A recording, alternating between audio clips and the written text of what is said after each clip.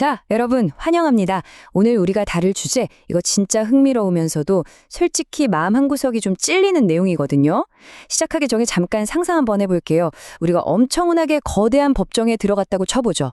우리는 그냥 방청석에 앉으려고 온 건데 어쩌다 보니까 절대 권력을 가진 재판장의 자리에 떡하니 앉아버린 겁니다. 그리고는 아주 자연스럽게 너무나도 쉽게 다른 사람들을 향해 유죄 판결의 망치를 쾅쾅 내리치고 있는 거죠. 그럼 이제 본격적으로 파헤쳐 볼까요? 도대체 왜 우리는 끊임없이 주변 사람들을 평가하고 비판하고 또 정죄하고 싶어 하는 걸까요? 이런 깊은 충동 다들 한 번쯤 느껴보셨잖아요. 오늘 살펴볼 이 자료는 성경 마태복음 7장과 개혁주의 청교도들의 아주 날카로운 통찰을 담고 있는데요. 우리가 일상에서 무심코 휙휙 휘두르는 이 비판이라는 칼날이 영적으로 얼마나 위험천만한 행동인지 아주 낱낱이 보여줍니다. 네, 첫 번째 핵심 주제입니다. 누가 진짜 재판장인가? 하나님의 주권 대 인간의 교만에 대해 살펴볼게요. 사실 우리가 누군가를 내 마음대로 심판할 때 생기는 가장 뼈아픈 문제가 하나 있습니다. 바로 이 법정의 진짜 최종 권위자가 누구냐는 거죠. 찬탈이라는 단어 좀 무겁게 들리시죠? 다른 사람의 고유한 자리나 권력을 부당하게 뺏는다는 뜻인데요. 우리가 타인에게 너는 이런 사람이야, 이게 문제야 하고 최종 판결을 내릴 때 그건 그냥 내 개인적인 의견을 툭 던지는 수준이 아닙니다. 진짜 문제는요, 오직 하나님께만 속한 그 재판장의 자리를 우리가 교만하게 뺏어버리는, 즉 하나님의 주권을 찬탈하는 엄청난 짓을 저지르고 있다는 거예요. 게다가 우리가 그렇게 쉽게 비판해버리는 그 사람, 그냥 길 가는 아무나가 아니잖아요. 모든 사람은 창조주의 형상대로 지음받은 정말 기가 막히게 귀한 존재들입니다. 청교도들은 이걸 어떻게 봤냐면요. 다른 사람을 함부로 깎아내리고 비판하는 건 곧 그 사람을 직접 만드신 하나님을 정면으로 모욕하는 거라고 생각했습니다. 위대한 예술가의 최고 걸작을 우리가 뭔데 함부로 평가줘라 하겠어요. 우리에겐 애초에 그럴 권리 자체가 없다는 거죠. 자, 이어서 두 번째 파트로 넘어가 보겠습니다. 내 눈 속의 들보, 도덕적 우월감의 착각입니다. 솔직히 까놓고 말해서 우리한테 남을 심판할 도덕적 자격? 진짜 눈꼽만큼도 없거든요. 이 유명한 예수님 말씀 다들 아실 텐데요. 우리 인간의 모습이 얼마나 어이없는 코미디인지 진짜 콕 집어냅니다. 상상해보세요. 내 눈에는 시야를 완전히 가려버리는 거대한 통나무, 그러니까 들보가 떡하니 박혀 있는데 고작 돋보기 하나 들고서 남의 눈에 있는 진짜 조그만 먼지 같은 티를 빼주겠다고 설치고 있는 꽂이니까요. 우리가 남의 작은 실수나 허물을 유독 크게 느끼는 진짜 이유가 뭔지 아세요? 사실 내 안에 훨씬 더 크고 훨씬 더 끔찍한 죄의 본성이 가득하기 때문입니다. 이 자료에서는 개혁주의에서 말하는 전적 타락이라는 조금 무거운 신학적 개념을 우리가 매일 피부로 느끼는 심리적 현실로 아주 쉽게 풀어줍니다. 그러니까 우리는 모두 전적으로 타락했다는 거예요. 이 사실을 뼛속 깊이 깨닫고 스스로를 돌아보는 사람은요, 절대 다른 사람을 가볍게 비판하거나 정죄할 수가 없습니다. 내 안에 얼마나 짙은 어둠이 있는지 뻔히 아는데 어떻게 남을 향해 돌을 던지겠어요? 그럴 힘조차 안 나는 게 정상인 거죠. 여기에 두 가지 완전히 다른 태도가 있습니다. 한번 비교해 볼까요? 겉으로 보이는 우월감에 꽉 사로잡힌 이 바리새인적인 위선. 이건 타인을 아주 쉽게 정죄하면서 정작 하나님의 은혜가 들어올 문은 콱 닫아버립니다. 반대로 우측에 있는 복음적인 자기 성찰은 어떨까요? 자신의 밑바닥, 그 깊은 결함을 처절하게 인정하고 인식하는 겁니다. 진짜 신앙을 가진 사람이라면 당연히 이 겸손함이라는 탄탄한 기초 위에 서야겠죠. 세 번째 파트입니다.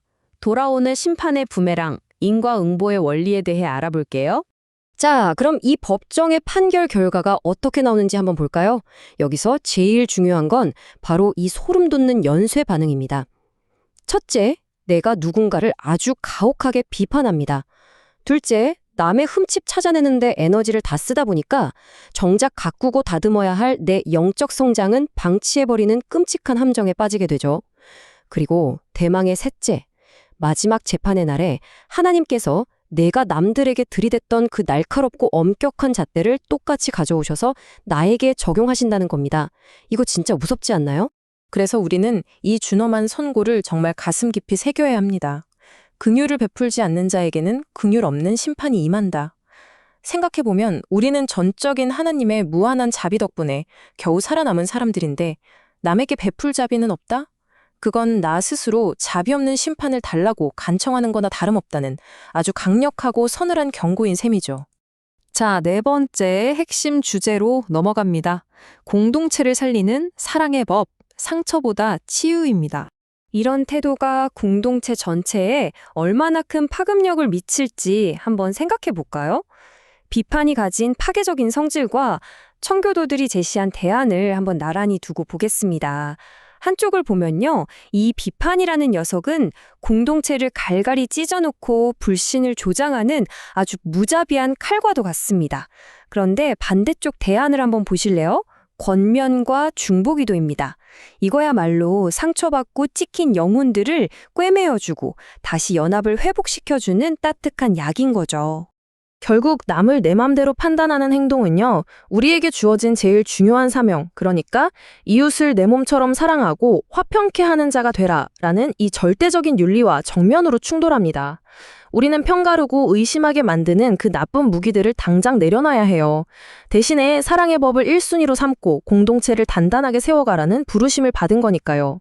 마지막 5번째 주제입니다. 비판인가, 거룩함, 분별인가, 결정적 차이점을 다뤄보겠습니다. 지금쯤 속으로 이런 예리한 질문 하시는 분들 분명 계실 거예요. 아니, 그럼 비판의 칼을 다 내려놓으면 누가 명백하게 죄를 짓거나 거짓말을 해도 그냥 다 덮어주라는 건가요? 절대 아닙니다. 그냥 도덕적으로 무관심한 거랑 올바른 영적 분별력은 완전히 다른 차원의 이야기예요. 이 둘의 근본적인 동기 차이를 보셔야 하는데요. 비판은 상대를 어떻게든 깎아내리고 파괴하려는 심판자의 태도에서 시작되지만요. 거룩한 분별은 진리는 굳건하게 지키면서도 그 사람을 다시 회복시키고 싶어하는 진짜 순수한 사랑에서 출발하는 겁니다. 완전 다르죠? 개혁주의에서 말하는 진짜 영적 분별력은요, 마치 실력 좋은 외과 의사의 메스처럼 작동합니다. 환자의 생명을 갉아먹는 그 질병, 그러니까 죄 그 자체에 대해서는 단 1%의 타협도 없이 철저하게 도려내고 미워야 합니다. 하지만 그 끔찍한 병에 걸려서 끙끙 앓고 있는 환자, 즉 죄인에 대해서는 한없이 안타까워하고 깊이 사랑하는 마음이 무조건 반드시 바탕에 깔려 있어야 한다는 거죠. 자, 이제 오늘 나눈 이야기들의 최종 판결을 요약해 보겠습니다. 우리는 사실 스스로를 구원할 능력도 없고 너무나도 깊이 타락한 사람들이지만 십자가를 통해서 그야말로 어마어마한 용서를 거저 받았습니다. 그렇기 때문에 우리 손에는 법정의 망치를 쥘 자격이 없어요. 그건 오직 하나님 한 분만의 것이니까요.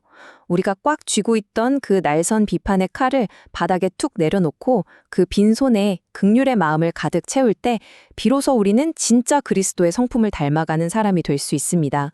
자, 이제 오늘 해설을 마무리하면서 여러분의 양심을 향해 아주 직접적인 질문 하나를 던지고 싶습니다. 오늘 당장 누군가를 만날 때 혹은 내일 아침 직장이나 집에서 누군가와 대화를 나눌 때 여러분의 손에는 과연 어떤 무기가 들려 있을까요? 차갑고 매섭게 내리치는 심판의 칼일까요? 아니면 아픈 곳을 감싸고 살려내는 사랑의 겉면일까요? 오늘 나눈 이 질문이 여러분이 나누게 될 다음 대화에 아주 깊은 영적 울림으로 남기를 진심으로 바랍니다.